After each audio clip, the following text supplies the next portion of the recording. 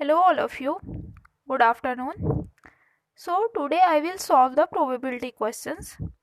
Probability के part 5th में हम probability के कुछ और क्वेश्चंस को डिस्कस करेंगे. So let's start. ये क्वेश्चन है जिसको हमने पाथफाइंडर की बुक से लिया है. तो इसमें कह ये रहा है कि एक पेडिग्री दे दिया है और इस पेडिग्री के अकॉर्डिंग 4 तरह के इसमें इंफॉर्मेशंस को मेंशन कर दिया है और पूछ ये रहा है कि क्या ये इस पेडिग्री के अकॉर्डिंग ये चारों इंफॉर्मेशन सही है या नहीं. ओके, तो सबसे पहले हम इस क्वेश्चन को रीड कर लेते हैं. Haemophilia is a recessive X-linked disease from the information in the pedigree. ये कह ये रहा है कि हीमोफीलिया एक X-linked रिसेसिव डिजीज़ है और इस डिजीज़ या फिर इस पेडिग्री से इंफॉर्मेशन दिए गए हैं. 4 तरह की इंफॉर्मेशन है PQRS और कह ये रहा है कि क्या इस पेडिग्री के अकॉर्डिंग ये चारों इंफॉर्मेशन सही है या नहीं. ओके, तो सबसे पहले हम देख लेते हैं कि पहला इंफॉर्मेशन कह क्या रहा है. ओके, तो पहला ये कह रहा है कि फर्स्ट का first must be a carrier. Means कि ये जो पहली जनरेशन है, पहली जनरेशन में जो फीमेल है, क्या ये कैरियर इसका होना ज़रूरी है. तो सबसे पहली बात कि ये रिसेसिव मेंशन कर दिया है. तो रिसेसिव केस में क्या होता है कि फीमेल कैरियर हो भी सकती है, नहीं भी हो सकती है. तो एक बार हम इसको क्रॉस करा के देख लेते हैं कि क्या फीमेल कैरियर हो सकती है. तो जब सेकेंड जनरेशन में ये मेल हीमोफिलिक है तो ये श्योरली फिक्स है कि ये फीमेल जो है कैरियर होगी. ओके, तभी ये मेल अफेक्टेड है क्योंकि जब भी X-linked मेल को प्रोवाइड होता है तो वो फीमेल से ही जाता है, ना कि मेल से. मीन्स कि जो P इंफॉर्मेशन है वो करेक्ट है. ओके, हमने यहाँ इसको आइडेंटिफाई कर लिया कि जो P इंफॉर्मेशन है वो बिल्कुल सही है. अब Q को हम थोड़ा रीड करते हैं.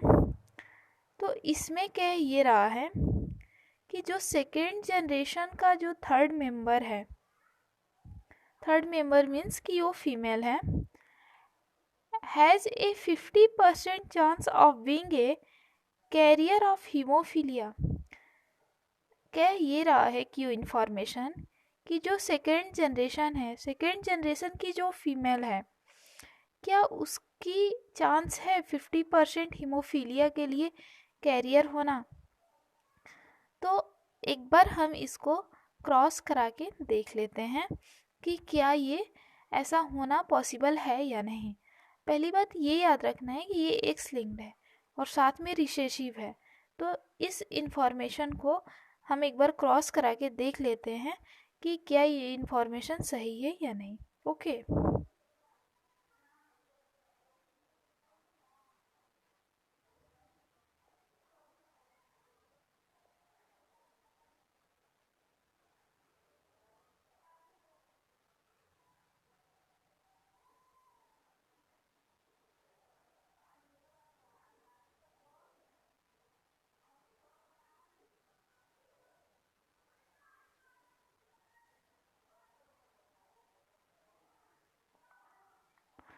तो ये जो थर्ड मेंबर है सेकेंड जनरेशन की, इसके फादर और मदर में हमने क्रॉस करा के देखा तो इसकी जो ये फीमेल है ये कैरियर है. See this. एंड ये जो मेल है नॉर्मल है. तो इन दोनों के बीच हमने क्रॉस कराया तो हमने ये देखा कि एक फीमेल कैरियर हो रही है और एक ये है. ओके, मीन्स कि ये X-linked है. X-linked में अगर फीमेल की बात पूछ रहा है तो सिर्फ हम फीमेल के बीच में ही हम किसी भी ट्रेड या कैरियर को काउंट करते हैं. ओके, अगर मेल का पूछेगा तो वो सिर्फ मेल मेंबर्स के बीच में ही हम उस ट्रेड को देखते हैं। ओके, एक्स लिंक में ये बात याद रखनी है। और ऑटोसोमल में क्या होता है कि अगर जब भी किसी एक ट्रेड को हम देखते हैं तो ओवरऑल प्रोजनी को देखते हैं। ओके, तो ये जो फीमेल है ये कैरियर है और ये एक नॉर्मल है, मीन्स कि दो हैं, यानी 50% चांस है इसके कैरियर होने का।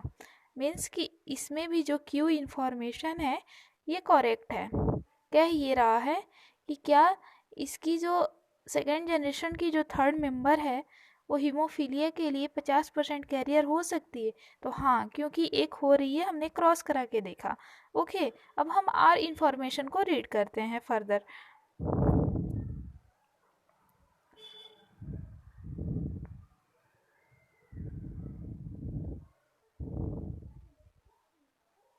तो इसमें आर इन्फॉर्मेशन को एक बार रीड करते हैं कि इसमें कह क्या रहा है। इसमें कह रहा है if second third marriage a hemophilic man, means कि ये जो सेकेंड जनरेशन की जो थर्ड मेंबर है, अगर इसकी शादी किसी हीमोफिलिक मैन के साथ हो जाती है तो क्या 25% of their child are expected to be hemophilic. क्या इसका जो चाइल्ड होगा वो 25% हीमोफिलिक हो सकता है। सेकेंड इंफॉर्मेशन में मीन्स क्यू इंफॉर्मेशन में ये मेंशन कर दिया कि इसकी ये फीमेल कैरियर है। ओके, और अगर इसकी मैरिज हीमोफिलिक मैन के साथ हो जाती है तो क्या इसका चाइल्ड वो मेल हो या फीमेल हो, यहाँ पे ये मेंशन नहीं किया है, उसका कोई भी एक बच्चा क्या होगा तो वो 25% हीमोफिलिक हो सकता है। तो इसे भी हम एक बार क्रॉस करा के देख लेते हैं।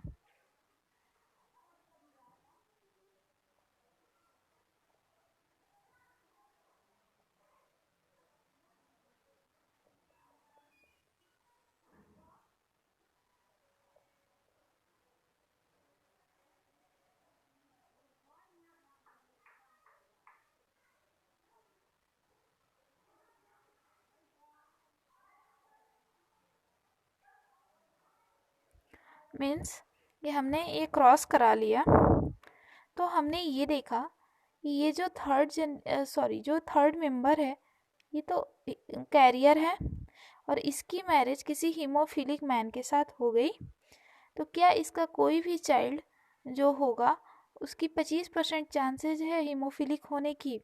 तो हम एक बार देख लेते हैं। हमें बात ये याद रखनी है कि ये एक्स लिंक्ड है और एक्स लिंक्ड में अगर मेल पूछा तो मेल प्रोजनी के बीच में ही हम ट्रेड को काउंट करते हैं। अगर फीमेल पूछता है तो फीमेल की प्रोजनी के बीच ही हम ट्रेड को काउंट करते हैं। ओके, लेकिन यहाँ पे कह ये रहा है चाइल्ड दे दिया है, ना कि गर्ल ना कि बॉय मेंशन किया है, बल्कि यहाँ पे चाइल्ड बस मेंशन किया है। तो अगर हम फीमेल की बात करते हैं तो अगर फीमेल की बात करते हैं तो इन चारों प्रोजनी में से एक ही फीमेल अफेक्टेड है। ओके, मीन्स 1, और टोटल प्रोजनी क्या है 4 है, मीन्स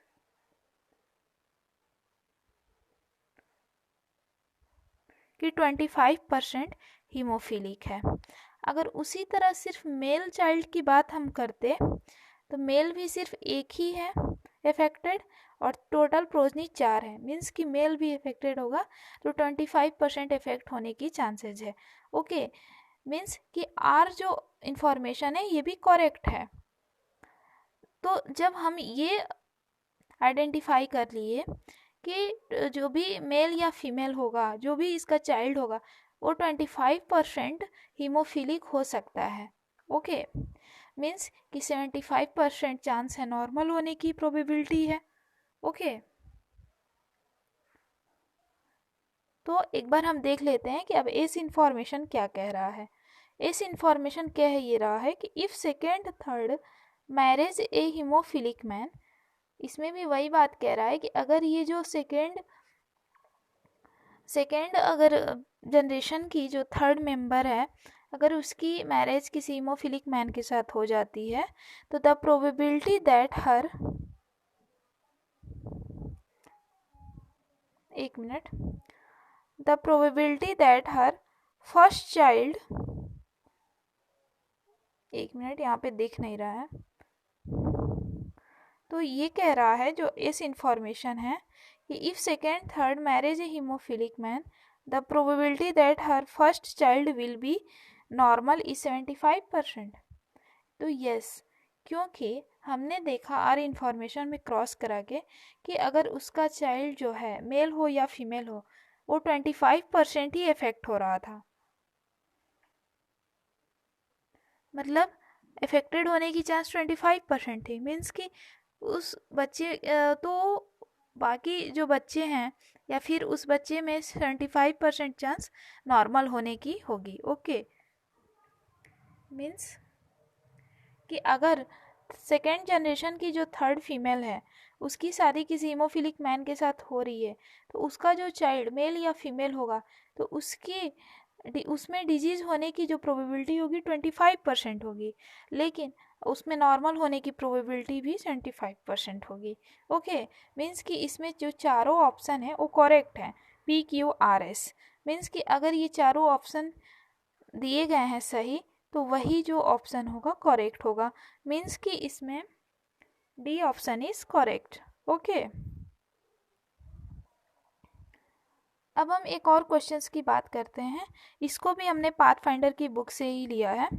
तो सबसे पहले हम इस क्वेश्चन को रीड कर लेते हैं। Consider the following pedigree of a rare autosomal recessive disease. इसमें ये जो पेडिग्री है इसको मेंशन कर दिया है कि ये ऑटोसोमल रिसेसिव डिजीज है। ओके,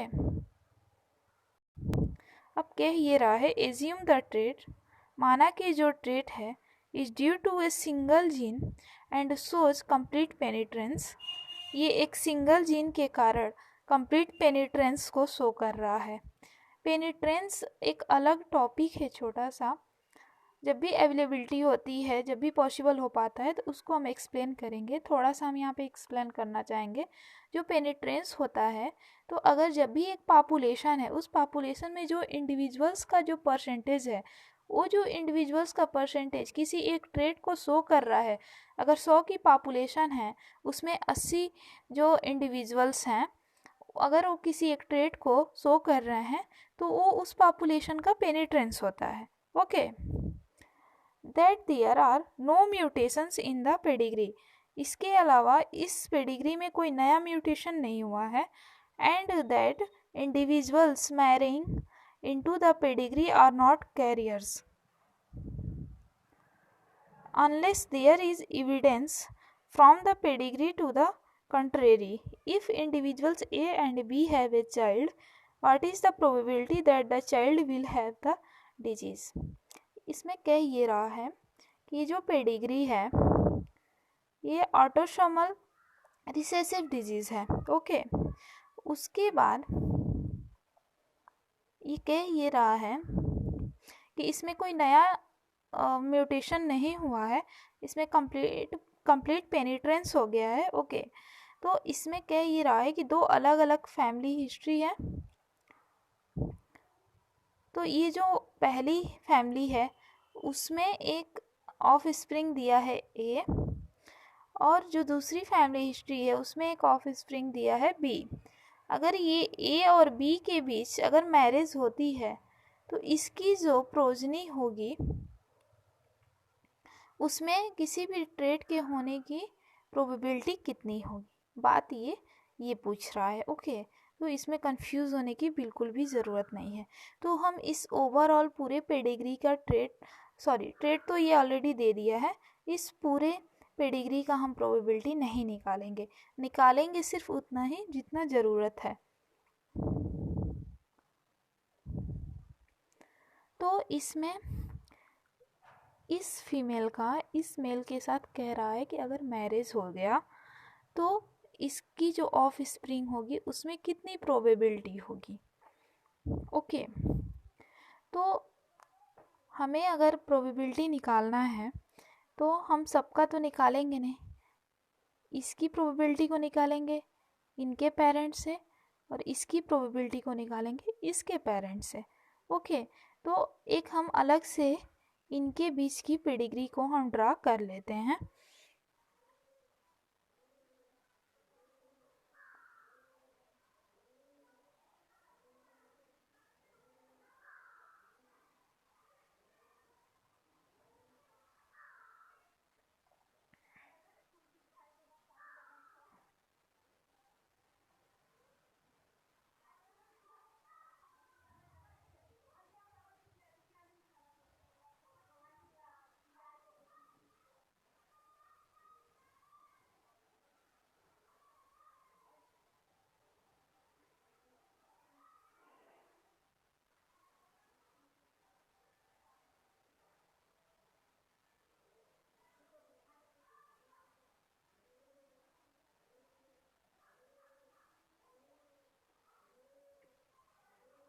इसमें जो पेडिग्री बनेगा कुछ इस तरह से बनेगा। ओके, तो अब हम प्रोबेबिलिटी को निकालते हैं।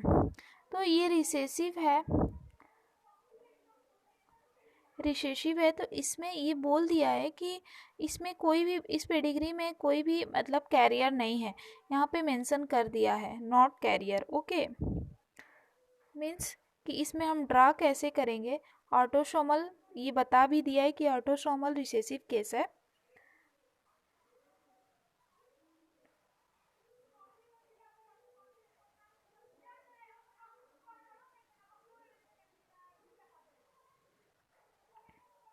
तो सबसे पहले हम इन दोनों पेरेंट्स के बीच क्रॉस करा के इनकी प्रोबेबिलिटी को निकाल लेंगे।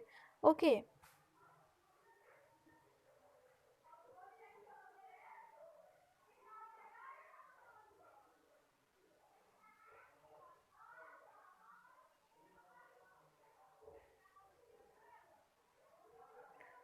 तो इसमें ये फीमेल कैरियर नहीं है,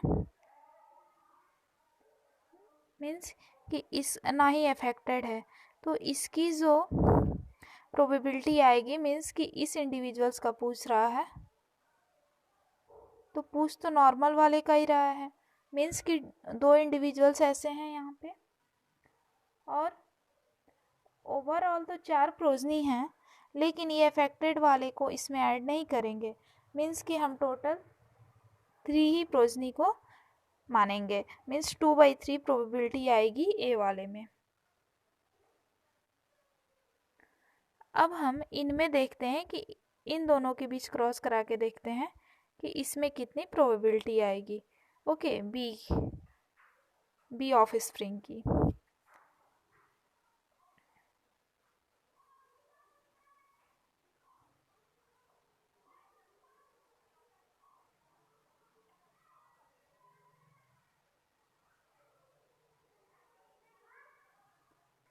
इसमें भी 4 तरह की प्रोजनी आई।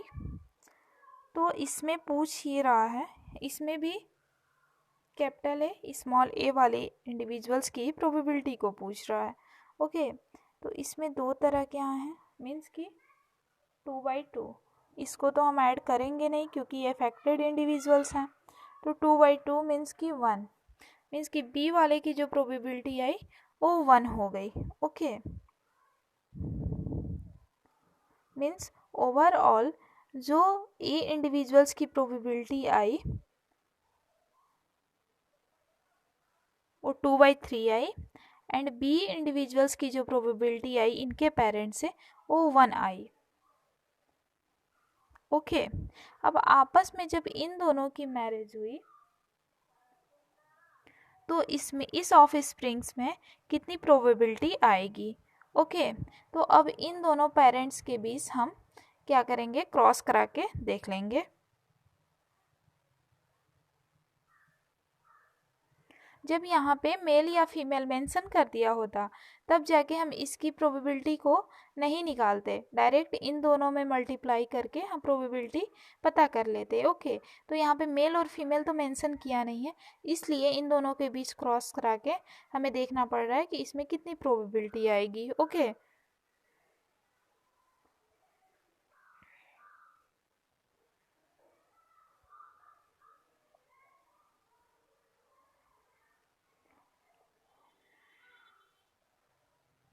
तो इसमें अगर प्रोबेबिलिटी पता करनी है किसी ट्रेड की, तो इसमें ट्रेड तो एक ही है, 1 और टोटल प्रोजनी 4 है, मीन्स कि 1/4। तो जब भी हम अगर इसकी अफेक्टेड इंडिविजुअल्स की बात करते हैं तो सभी प्रोजनी को ऐड करते हैं ऑटोसोमल में, लेकिन अगर अनअफेक्टेड वाले इंडिविजुअल्स को लेते हैं तो उसमें हम ऐड नहीं करते हैं अफेक्टेड प्रोजनी को। ओके, इसलिए हम अक्सर 2/3 उसमें लेते हैं। तो ये 1/4 हुआ, मीन्स कि इस ऑफ स्प्रिंग की जो प्रोबेबिलिटी आएगी 1/4 आएगी।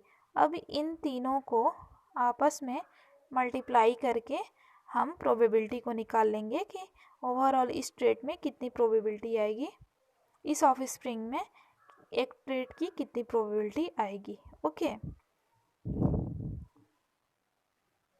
तो 1/4 इंटू 1 इंटू 2/3 मीन्स कि 2 जा 4 यानी 1/6।